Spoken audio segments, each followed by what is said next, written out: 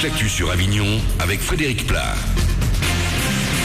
Bonjour à tous, le mercure va encore rapidement prendre de la hauteur aujourd'hui en Vaucluse. On ne dépasse pas encore les 20 degrés, mais les maxis cet après-midi afficheront largement plus de 30 degrés partout, sous un plein soleil, 34 degrés pour Carpentras, 33 degrés pour Avignon. C'était la météo sur Énergie Avignon avec Centerfait, le spécialiste de la fête au Pontet.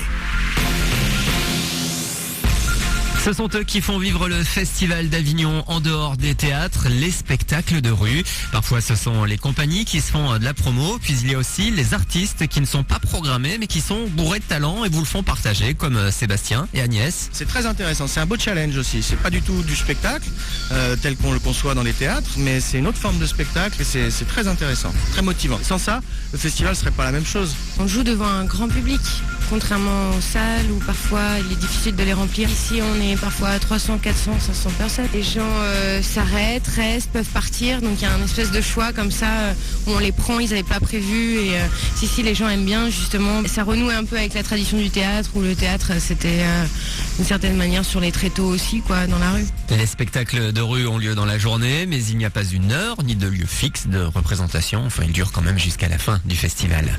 La précarité énergétique, 8 millions de Français ont de plus en plus de mal à régler leurs factures avec des situations parfois dramatiques pour la santé. Le gouvernement a promis de limiter à 2% la hausse des prix du gaz et de l'électricité au 1er août prochain. Dans les transports également, l'augmentation ne dépassera pas les 2% à la SNCF, hormis pour les TGV.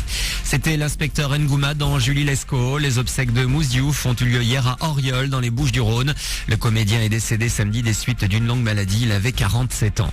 Le parquet de la Ligue A ou de la Ligue B, l'AVB, n'est toujours pas fixé, mais la situation semble en bonne voie. Une semaine après son audience, le club a reçu hier un courrier du comité olympique lui demandant quelques pièces pour valider son dossier.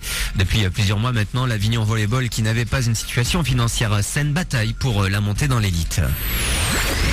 Du ciné avec la belle perf de l'écureuil le plus célèbre de la planète. Près de 3 millions de spectateurs ont craqué pour les aventures de Scrat dans l'âge de glace 4 en presque 2 semaines depuis la sortie du film Énergie.